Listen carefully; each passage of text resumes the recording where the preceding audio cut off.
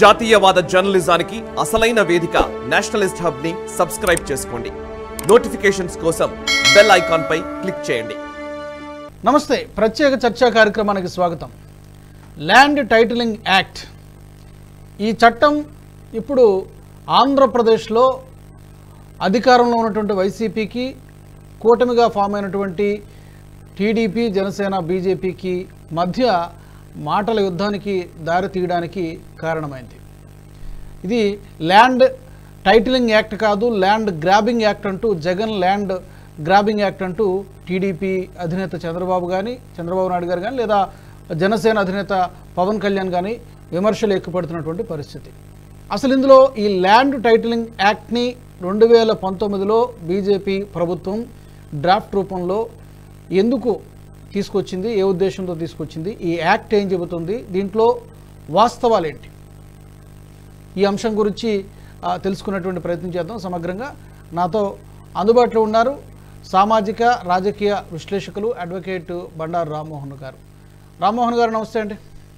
నమస్కారం బాబు గారు. రామ్మోహన్ గారు, ఈ ల్యాండ్ టైటిలింగ్ యాక్ట్కి సంబంధించి గత వారం రోజులుగా ఎక్కడికి వెళ్ళినా కూడా అధికార పార్టీ, అక్కడ ఆంధ్రప్రదేశ్లో అధికార పార్టీ నేతల మధ్య, అలాగే టీడీపీ అధినేత చంద్రబాబు నాయుడు గారు కూడా చాలా దీన్ని తీవ్రంగా విమర్శిస్తూ ఉన్నారు. ఈవెన్ పవన్ కళ్యాణ్ గారు కూడా విమర్శిస్తూ ఉన్నారు.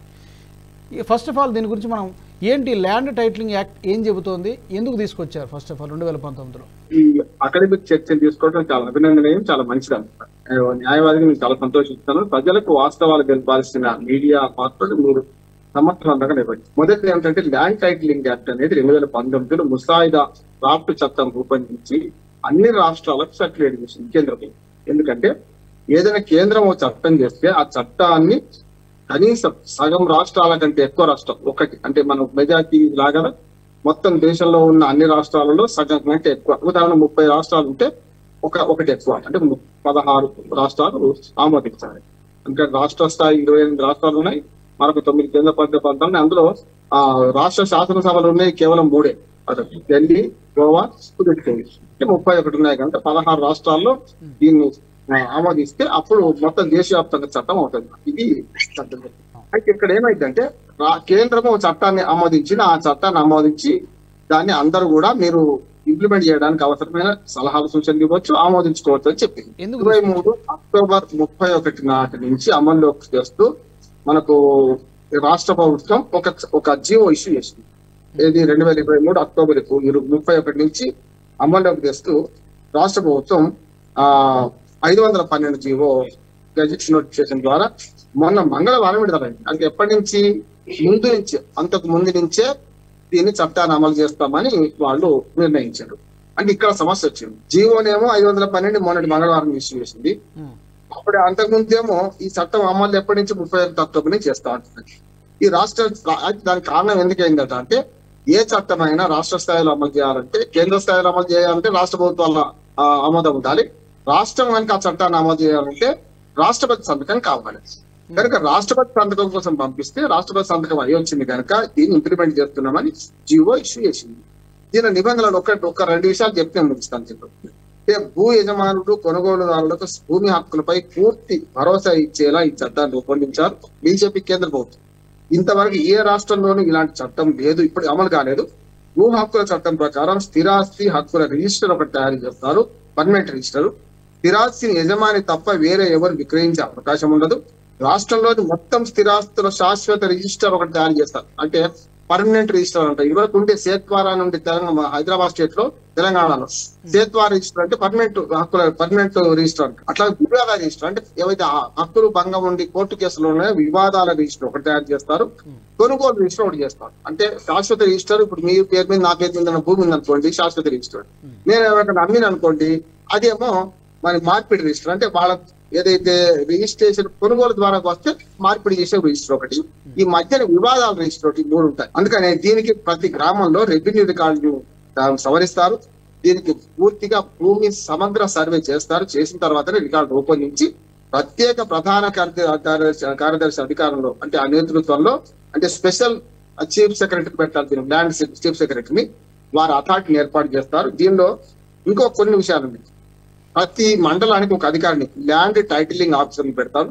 ఆ ల్యాండ్ టైటిలింగ్ ఆఫీసర్ ఏం చేస్తారంటే, ఇప్పుడు తెలంగాణలో ధరణి వెబ్సైట్ వచ్చిన తర్వాత ధరణి ప్రకారం వ్యవసాయ భూములు అయితే ఎంఆర్ఓ చేస్తున్న రిజిస్ట్రేషన్, ఆ భూములు అంటే ఇల్లు ఇంటి స్థలాలు అయితే రిజిస్ట్రేషన్ ఆఫీసర్ వచ్చినాయి. అట్లానే ప్రతి మండలంలో ఆంధ్రప్రదేశ్ చట్టానికి వస్తే ఈ టైటిలింగ్ అధికారులను నియమిస్తారు. భూమి హక్కులను రిజిస్టర్ చేసే బాధ్యత ల్యాండ్ టైటిలింగ్ అధికారికే ఉంటుంది. పలు దశల తర్వాత టైటిలింగ్ అధికారి భూముల యజమానులకు శాశ్వత హక్కుదారులుగా గుర్తిస్తారు. పలు దేశాలు అంటే మొదలు వాళ్ళ పాత రికార్డు చూస్తారు, ఎవరి నుంచి ఎవరికి వచ్చింది ఆస్తి, ఎవరు నిజంగా హక్కుదారులు చూసి ఆ పర్మనెంట్ రిజిస్టర్ చేర్చే ముందు నోటీసులు ఇస్తారు, గ్రామ సభలు పెడతారు. ఆ తర్వాత మాత్రమే పర్మనెంట్ రిజిస్టర్ తయారు. తర్వాత అప్పటి నుంచి ఆ భూమికి శాశ్వత హక్కుదారులుగా ఎవరైతే పర్మనెంట్ రిజిస్టర్ వస్తారో వాళ్ళు వస్తారు. అప్పటి నుంచి వాళ్ళు ఈ వివాదాల్లో కోర్టుకు వెళ్లే అవకాశం లేదు, సివిల్ కోర్టులో వెళ్లే అవకాశం లేదు అని స్పష్టంగా చెప్పిండ్రు. యాక్ట్లో ఎవరికైనా అభ్యంతరాలు ఉంటే దాని మీద రెవెన్యూ ట్రిబ్యునల్లో తెలుసుకోవాల్సిందిగా. రెవెన్యూ ట్రిబ్యునల్ అంటే ఇవరకు ఉన్నాయి, మొన్న ధరణి వచ్చిన దాకా తీసేశారు తెలంగాణ. అంతకుముందు ఉండే మనకి ఎంఆర్ఓ, ఆర్డీఓ, జాయింట్ కలెక్టర్ వీళ్ళ స్థాయిలో రెవెన్యూ కేసులు జరుగుతాయి. మా కోర్టులోనే కాకుండా రెవెన్యూ కేసెస్ అన్ని కూడా టెనెన్సీ కేసెస్, భూమికి సంబంధించిన ఇతర ఇనాము కేసెస్ ఇవన్నీ కూడా రెవెన్యూ జరుగుతాయి. ఈ ట్రిబ్యునల్ ఏర్పాటు చేసి చివరికి రాష్ట్ర స్థాయి ట్రిబ్యునల్ కూడా ఏమైనా పొరపాటు చేస్తే అప్పుడు ఒకే ఒక అవకాశం కోర్టులలో హైకోర్టు పోవడానికి అవకాశం ఉంటుంది. వాళ్ళు అంటున్నది ఏంటంటే, ఆరోపిస్తున్నది ఏంటంటే, ఈ చట్టాన్ని అమలు చేయడం ద్వారా, ఈ యాక్ట్ని అమలు చేయడం ద్వారా జగన్ రైతుల భూముల్ని లాక్కోవడానికి కుట్ర చేస్తున్నారు. మీ భూములు మీ చేతుల్లో ఉండవు, మీ అధీనంలో ఉండవు, ఎందుకు ఒరిజినల్స్ రైతులకు ఇవ్వడానికి నా భూమి నాది అని ప్రూవ్ చేసుకోవడం ఏంటి అనేటువంటి ఒక విమర్శ చేస్తున్నారు. ఇప్పుడు మీరు చెప్పినట్టుగా ఎవరు ఆఫీసర్లు అధికారులు నియమిస్తారని చెప్తారు.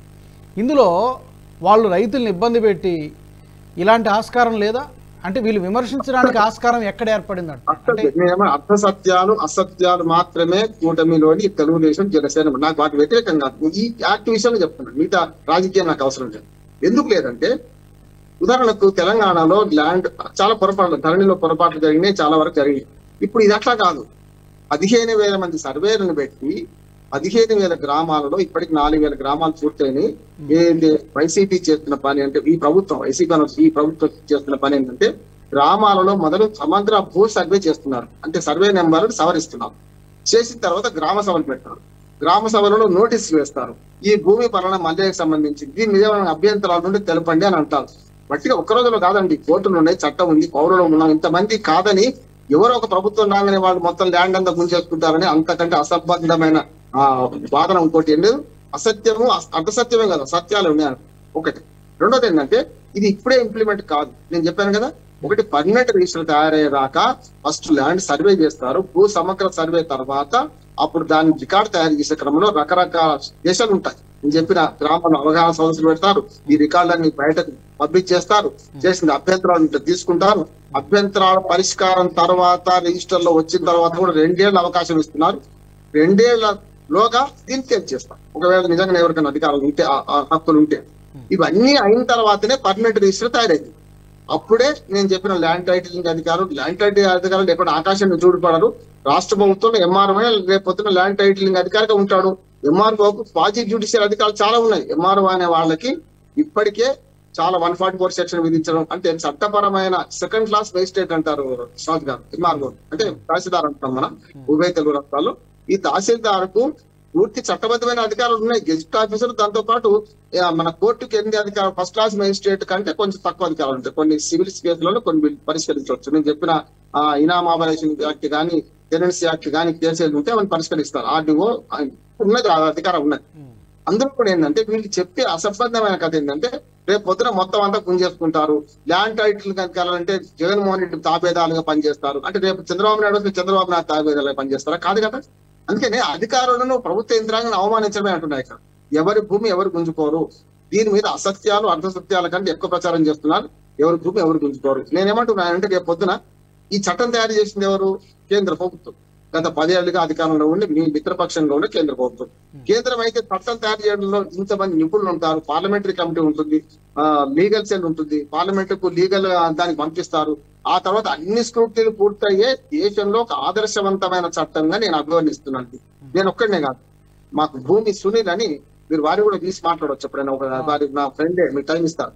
ఆయన నల్సార్లో నేను ఆయన చట్టాలు తయారు చేయడంలో చాలా భూమికి సంబంధించిన భూమి క్లినిక్ పెడతాడు. ఆయన ప్రతి ఊళ్ళో తిరుగుకుంటూ భూమికి సంబంధించిన వివాదాలు ఇట్లా పరిష్కరించారు. అయితే కేంద్ర ప్రభుత్వం తీసుకొచ్చినటువంటి ఆ డ్రాఫ్ట్ ని లేదా ఈ యాక్ట్ ని యాజ్ ఇట్ ఈజ్ గా ఇక్కడ అమలు చేస్తుందా, చేయడానికి ప్రయత్నం జరుగుతుందా, లేకపోతే ఇక్కడ ఏమైనా వీళ్ళు చిన్న చిన్న మార్పులు తయారు చేసి వీళ్ళకు అనుగుణంగా ఈ ప్రభుత్వానికి అనుగుణంగా ఏదన్నా మతలబు చేయడానికి, ఎందుకంటే ఆల్రెడీ పంపించారు 1-2 సార్లు, మళ్ళీ తిప్పి స్పష్టంగా లేదని చెప్పి తిప్పి పంపించారని కూడా చెప్తూ ఉన్నారు. ఇందులో ఎంతవరకు వస్తుంది? ఇప్పుడు మీరు అన్నారు కదా అప్పుడు, ఎందుకంటే ఎంఆర్ఓలకి ఇప్పుడు అధికారాలన్నీ ఉండడం వల్ల ఎక్కడైతే పవర్ ఉంటుందో దెర్ ఈజ్ ఆబ్వియస్లీ ప్రజలు ఇబ్బంది పడడానికి కూడా ఆస్కారం ఉంది. పాజిటివ్ నెగిటివ్ రెండు చూడాలి మనం. రెండు ఉంటాయి. తెలంగాణలో జరిగింది అంటే ఎంఆర్ఓలకు ఆర్టీఓలకు అధికారం చేసి మొత్తం అంతా సెంట్రలైజ్ చేశారు. మన ధరణి వచ్చినాక చాలా ఇబ్బంది పడ్డారు.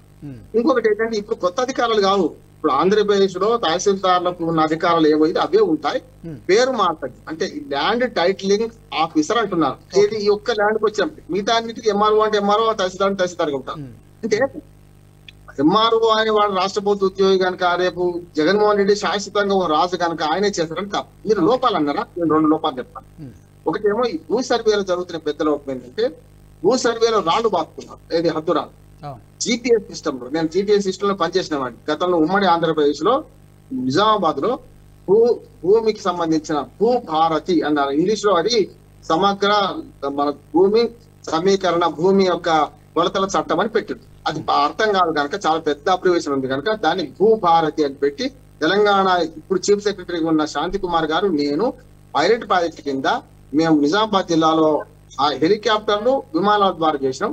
ప్రజలు అవగాహన కల్పించడం, దాని మీద ఎస్ఆర్సీల పుస్తకాలు కూడా రాసి. నేను ఆ అథెంటిసిటీతో చెప్తుంది ఏంటంటే చట్టం చాలా మంచిది. కేంద్రం తెచ్చింది భూభారతి కూడా, కేంద్రం తెచ్చిన చట్టమే. భూభారతి నుంచి నడుస్తుంది. భూభారతి ఇవాళ బీజేపీ తెచ్చింది కాదు, అంతకుముందు కాంగ్రెస్ తెచ్చిన చట్టం అంటే. నేను చెప్పింది 2000 సంవత్సరం కన్నా ముందు సంగతి చెప్తున్నాను. అయితే కాంగ్రెస్ తెచ్చిన చట్టం ఆనాడు భూభారతి అనేది ఉందో ఉమ్మడి ఆంధ్రప్రదేశ్ లో ఆ నిజామాబాద్ జిల్లాలో అమలు చేయకపోతే చాలా అభ్యంతరాలు వచ్చినాయి. గ్రామ సభల్లో మేము వాళ్ళకు మీరు ఇప్పుడు ఆంధ్రప్రదేశ్ లో ఏ గందరగోళం జరుగుతుందో అదంతా నేను ఫేస్ చేసిన.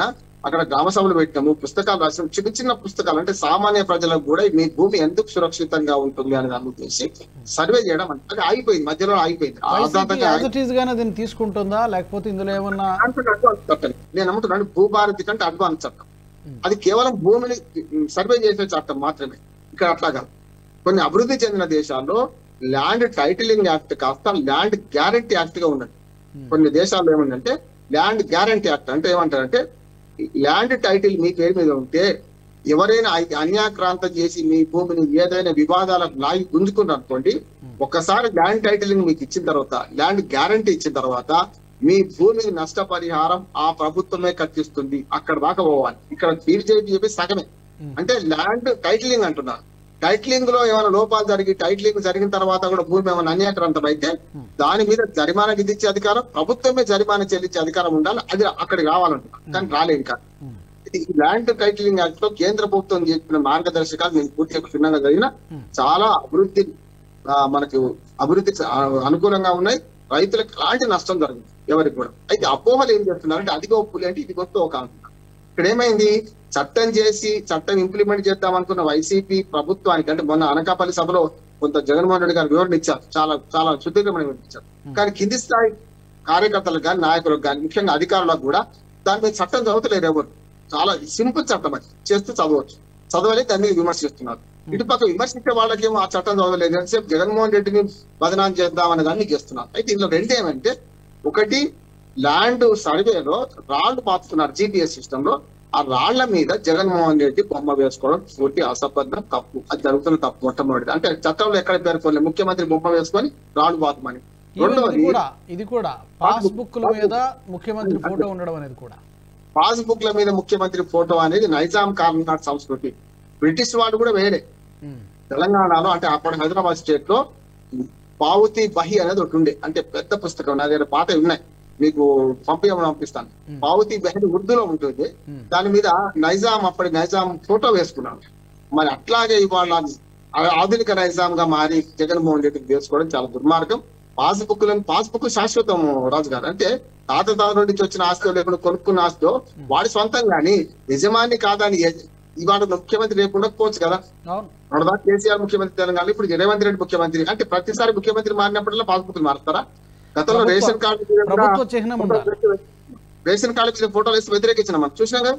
ప్రతిసారి రేషన్ కార్డులు అంటే శాశ్వతం కాదు, వాళ్ళు ఉంటుంది రేపు పోతుంది. కానీ ఇది అట్లా కాదు కదా. భూమి ఉన్నంత కాలం ఇది ఉంటది కనుక దీని మీద ఫోటోలు వేసుకోవడం, రాళ్ల మీద ఫోటోలు వేసుకోవడం దుర్మార్గమైన, చట్టంలో ఎక్కడా లేదు, ఎక్కడ చేయబడి. రెండోది ఏంటంటే గ్రామ సచివాలయ స్థాయిలో కూడా ఈ రిజిస్ట్రేషన్ పెడతామని అంటుంది వైసీపీ. అది కరెక్ట్ గా, ఎందుకంటే గ్రామ సచివాలయంలో గెజిట్ ఆఫీసర్లు ఉండరు, వాళ్ళంతా కూడా సామాన్య క్లార్కులు, కింది స్థాయి ఉద్యోగులు, వాళ్ళకి చట్టం తెలియదు. ఎంఆర్ఓ లీగల్ నాయుడు ఉండాలి. ఎంఆర్ఓ భూముల మీద అధికారం అంతా గతంలో తహసీల్దార్లకు ఎంఆర్ఓకి ఉంది రాజు గారు, ఇప్పుడు కొత్తగా లేదది. తహసీల్దార్లు సెకండ్ క్లాస్ మేజిస్ట్రేట్లు, వాళ్ళు ఫస్ట్ క్లాస్ మేజిస్ట్రేట్ ఏమో మా కోర్టులో ఉండేవాడు, ఇక్కడేమో సెకండ్ క్లాస్ మేజిస్ట్రేట్. చట్టం పట్ల అవగాహన ఉంటుంది. సెక్షన్ 30 విధించాలన్నా, సెక్షన్ 144 విధించాలన్నా అది ఎంఆర్ఓ పోలీసులు ఎంఆర్ఓ దగ్గర పోతారు. ఒక అనుమానాస్పద పరిస్థితులు తిరుగుతుందంటే తీసుకపోయి ఎవరి ముందు పోటీ చేస్తారు అనుకుంటున్నారు? ఫస్ట్ ఎంఆర్ఓ ముందు, తహసీల్దార్ ముందు పోటీ చేస్తారు. ఇవన్నీ చట్టపరంగా జరుగుతున్నాయి. నేను ఎంఆర్ఓ కోర్టులకు, ఆర్డీఓ కోర్టులకు నేను న్యాయవాదికి వెళ్తాను కూడా. చాలా మంది అది కోర్టు అని తెలియదు చాలా మంది, అది కూడా కోర్టే. అందుకనే ఈ అసంబద్ధమైన ఆరోపణలు టీడీపీ బీజేపీ చేస్తుంది. ఇది కేవలం ఎన్నికల స్టంట్ అంటున్నారు. ఇక ఎన్నికల స్టంట్ ఇటు పక్క కూడా చేస్తున్నారు. వైసీపీ వాళ్ళు చేస్తున్న పని ఏంటంటే ఈ ఎన్నికల సమయంలో ఎందుకు రాజ్యాంగం చేస్తున్నారు? అవును, అక్టోబర్ 31 నుంచి ఇంప్లిమెంట్ చేస్తారు. ఇప్పుడు ఎందుకు అంటున్నారు? 502 జీవో ద్వారా ఎందుకు అంటున్నారు అంటే దీన్ని మేమేదో చేస్తున్నాం, వీళ్ళు వద్దంటున్నాం చెప్పడం కోసం. ఇది సరైనది కాదు, సమయం కాదు, సందర్భం కాదు. ఎన్నికల వేళ మీరు చెప్పినట్టుగా ఎలాగూ ఈ సర్వే చేయడానికి 1 సంవత్సరం 2 సంవత్సరాలు పడుతుంది. ఇప్పటికిప్పుడు నెల 2 నెలలు అయిపోయేది కాదు. అలాంటప్పుడు ఇప్పుడే ఎందుకు చేయాలనేది కూడా క్వశ్చన్. కదా సార్ రాజు గారు, ఇప్పటికి సంవత్సరం పైగా అయింది. నేను దాన్ని ఆర్టికల్ రాశాను. సమగ్ర భూ సర్వే చట్టము ఏదైతే చేసిండో సమగ్ర భూ సర్వే చేయడం ఆధునిక ఆంధ్రప్రదేశ్ లో చాలా అవసరం, మంచి పని చేస్తున్నారు జగన్మోహన్ రెడ్డి గారు రాశాను కూడా. అది 1 year అయిపోయింది. 15,000 మంది 15,000 గ్రామాల్లో చేయాలంటే సార్ ఒక్కొక్క గ్రామానికి నెల 2 నెలలు పడుతుందండి సర్వే. ఇంటికి కాదు, నేను అథెంటిక్ గా చెప్తున్నాను. మా ఊళ్ళో సీలింగ్ భూములు వచ్చిన 500 ఎకరాలు సర్వే చేయడానికి 16 మంది సర్వేయర్లు 2 నెలలు కష్టపడ్డారు. 2 నెలలు నేను చేయించాను మా ఊళ్ళో. అందుకని నేనేమంటున్నానంటే ఇది అవగాహన లేని తనం అంటున్నాను. ఇటు రెండు ప్రతిపక్షానికి అధికార పక్షం దీన్ని బుల్లో చేసుకుంటూ పోదాం అనుకుంటుంది. ప్రతిపక్షంలో ఉన్న వీళ్ళు ఇద్దరు. అయితే ఇక్కడ బీజేపీ పాత్ర ఏముండాలంటే గవర్నమెంట్ ఆఫ్ ఇండియా చేసింది, బీజేపీ లేకుంటే మోడీ గారు చేసింటారు. గవర్నమెంట్ ఆఫ్ ఇండియా ఈ చట్టాన్ని యథాతథంగా అమలు చేసే బాధ్యత వీళ్ళు తీసుకుంటారు. మంచిదే. దేశంలోనే మొట్టమొదటి ఇంప్లిమెంట్ చేస్తున్న రాష్ట్రం ఆంధ్రప్రదేశ్. చాలా గర్వకారణం. ఆకారాదిలో ఉన్నది దీనిలో చేస్తుంది. దీన్ని రాజకీయంగా వాడుకుందామని చూస్తున్న వైఎస్ జగన్మోహన్ రెడ్డి చర్య తప్పే. ఇటు పక్కన దీన్ని దుర్మార్గంగా ఆ చట్టంలో లేని విషయాలను ప్రస్తావిస్తూ మీ భూములు గుంజుకుంటారు, రేపు జగన్మోహన్ రెడ్డి కబ్జా పెట్టేస్తారు, దిక్కున కూడా చెప్పులు అని అంటున్నారు. రెండో అలాంటి ఉద్దేశం ఏమీ లేదంటారా? అలాంటి ఆస్కారంగా అవకాశం లేదా? నేను ఏమంటున్నా, జగన్మోహన్ రెడ్డి దుర్మార్గుడు అనుకుందాం, అట్లాంటి ఉద్దేశంతోనే పెడుతున్నా అనుకుందాం. పౌర సమాజం ఏం చేస్తుంది? కోర్టు ఇప్పుడు కాస్త రాజ్యాంగం వ్యతిరేకంగా ఒక చిన్న చట్టం, రాజ్యాంగ స్ఫూర్తికి వ్యతిరేకంగా ఒక చిన్న చట్టం చేస్తేనే కింది స్థాయి హైకోర్టు నుంచి పోతే సుప్రీంకోర్టు కొట్టేస్తుందా లేదంటారు. అన్ని చట్టాలు ఆమోదపడుతున్నాయి. ఇవాళ రైతుల చట్టం చాలా మంచివి, కానీ మోడీ గారు వెనక్కి తీసుకోవాల్సి వచ్చింది ఒత్తిడికి. అందుకని నేను పౌర సమాజం ఒత్తిడి పనిచేయదా, రేపు కోర్టులో పనిచేయా? అందుకని ఆంధ్రప్రదేశ్ హైకోర్టులో దీని కేసు పడ్డది. ఈ చట్టం మీద ఇంప్లిమెంటేషన్ ఆపమని వాళ్ళు గైడ్ లైన్ సరిగ్గా విందండి. నోటీస్ రాష్ట్ర ప్రభుత్వం నోటీసులు ఇచ్చారు ఇప్పటికీ ఆల్రెడీ. హైకోర్టులో కేసు నడుస్తుంది దీని మీద ఆంధ్రప్రదేశ్ హైకోర్టులో, ఈ ల్యాండ్ టైటిలింగ్ యాక్ట్ మీద. ఇంకో పని చెప్తాను, అట్లా గుంజుకునేటట్టు అయితే మేము వకీలం ఏం చేస్తాం, కోర్టులు ఏం చేస్తాయి, ఊటిని ఊరుకోదు కదా. అయితే ఇందులో క్లాస్ ఏముంది రాజు గారు, సివిల్ తగాదాలు ఇవన్నీ ఏవైతే భూమి ల్యాండ్ టైటిలింగ్ చేసి పర్మనెంట్ రిజిస్టర్ తయారైనాక దాని మీద వివాదాలు వస్తే, ఒకవేళ ల్యాండ్ టైటిలింగ్ యాక్ట్ ఎంఆర్ఓ అంటే తహసీల్దార్ స్థాయిలో పర్మనెంట్ రిజిస్టర్ ఉంటుంది. ఈ రిజిస్టర్ లో లోపాలు ఉన్నాయి, నా భూమి వాడికి అంటగట్టారని పెడితే 2 ఏళ్ల లోపు వాళ్ళు అప్పీల్ చేసుకోవచ్చు. 3 అప్పీళ్లు ఉంటాయి. ఒకటి ఎంఆర్ఓ మీద ఆర్డీఓ మీద కలెక్టర్ అని జాయింట్ కలెక్టర్. అక్కడ కూడా నష్టం జరుగుతుంది. మనకు రాష్ట్ర స్థాయిలో ఒక land tribunal, land appellate tribunal ఉంటుంది, ఏది అధికారుల స్థాయి.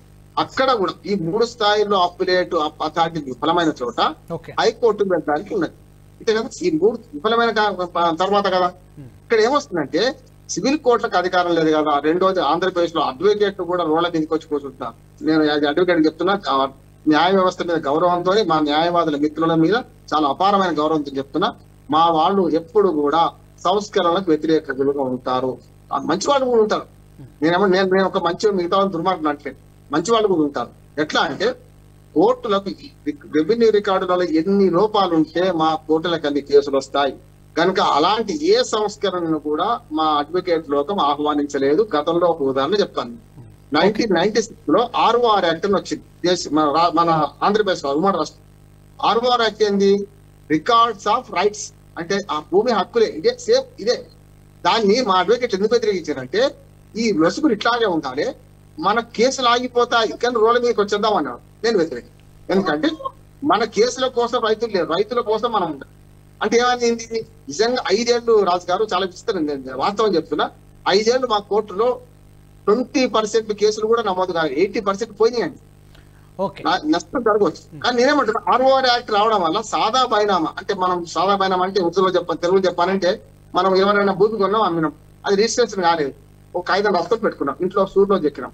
దాన్ని ఇంప్లిమెంట్ చేయడానికి ఆనాడు ఒక 20 ఏళ్ల క్రితం కొన్న భూమి ఇవాళ మీ పేరు మీద కాదు, నేను మీ దగ్గర కొన్నా, మీరు నాకు చేసి కాగితం రాసి ఇచ్చారు, దాన్ని నేను ఇంప్లిమెంట్ చేసుకోలేదు.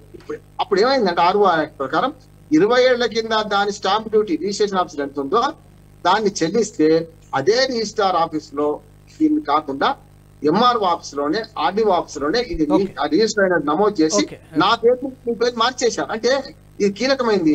ROR చట్టంలో చాలా మేలు జరిగింది. సరిగ్గా టైటిల్ రిజిస్ట్రేషన్ యాక్ట్ లో టైటిల్ ఏది యాక్ట్ ఉందో ఇది అంతకంటే మేలు చేసేది. చివరికి భూమిని ఒక హక్కుగా మార్చేది, భూమిని రైతుకు పూర్తిగా హక్కుగా మార్చేది.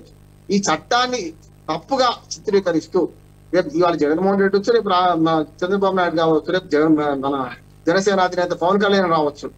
ప్రభుత్వాలు శాశ్వతం, పార్టీలు వ్యక్తులు శాశ్వతంగా. అది గమనించకపోతే బట్ట కాల్చి మీడియా అంటున్నాడు. ఓకే, చాలా మంచి విషయాలు చెప్పారు రామ్మోహన్ గారు, ధన్యవాదాలు. మరి దీనికి సంబంధించి సిఐడికి ఎన్నికల సంఘానికి ఫిర్యాదు చేస్తే సిఐడికి కూడా విచారణకు ఆదేశించినట్టుగా కూడా మనకి ఇవాళ లేటెస్ట్ మాట చెప్తాను ఒకటే మాట. అంటే ఇప్పుడు ఇక్కడ బీజేపీ పొత్తులో ఉంది కనుక ల్యాండ్ టైటిల్ యాక్ట్ ఎంత మంచిదో వాళ్ళు తయారు చేసింది కనుక దాని గురించి బీజేపీ నోరు విప్పాలంటున్నారు. అంటే ఇక్కడ ఆంధ్రప్రదేశ్ లో బీజేపీ నోరు విప్పాలి, కేంద్ర ప్రభుత్వం కూడా నోరు విప్పాలి. ఎందుకంటే జగన్మోహన్ రెడ్డి చేస్తుంది కనుక తప్పు, రేపు చంద్రబాబు నాయుడు చేస్తే కరెక్ట్ కాదు. ఎవరు చేసిన ఈ చట్టంలో ఉన్న మంచిది కేంద్ర ప్రభుత్వం ఉన్నది, ఇంకా వాళ్ళు నోరు విప్పాలని నేను అంటున్నాను. ఓకే, ధన్యవాదాలు రామ్మోహన్ గారు. Thank you so much for joining us. Land titling act అనేది 2019లో కేంద్ర ప్రభుత్వం తీసుకొచ్చినటువంటిది చట్టం. చాలా మంచి ఉద్దేశంతో బీజేపీ ప్రభుత్వం తీసుకొచ్చింది. కాకపోతే ఈ చట్టాన్ని అమలు చేసేటువంటి విధానంలో ఆంధ్రప్రదేశ్లో అధికారంలో ఉన్నటువంటి వైసీపీ అత్యుత్సాహం ప్రదర్శిస్తోంది. అమలు చేసినటువంటి విధానంలో కొన్ని లోపాలు ఉన్నాయి. సరైనటువంటి పద్ధతిలో ప్రజలకు అవగాహన కల్పించకుండా అమలు చేయడానికి ప్రయత్నం చేస్తోంది, తొందరపడుతోంది. ముఖ్యంగా ఈ పాస్పోర్ట్ పుస్తకాల మీద ముఖ్యమంత్రి బొమ్మ వేయడం కానీ, సర్వే రాళ్లపైన ముఖ్యమంత్రి బొమ్మ వేయడం కానీ, ఇలాంటి చర్యలకు పాల్పడడం అనేది సమర్థనీయం కాదు అనేటువంటి అభిప్రాయాలు వినిపిస్తున్నాయి. ఇది వాళ్ళ ప్రత్యేక చర్చా కార్యక్రమం. Keep watching NH TV. ఈ వీడియో మీకు నచ్చినట్టయితే లైక్ చేయండి, 10 మందికి షేర్ చేయండి. అలాగే కామెంట్ల రూపంలో మీ అభిప్రాయాలను మాతో పంచుకోండి. Nationalist hub group of channels ను సబ్స్క్రైబ్ చేసుకుని తెలుగునాట జాతీయవాద జర్నలిజాన్ని ప్రోత్సహించండి. ఈ వీడియో కింద ఉన్న బెల్ ఐకాన్ పై క్లిక్ చేయడం మర్చిపోవద్దు.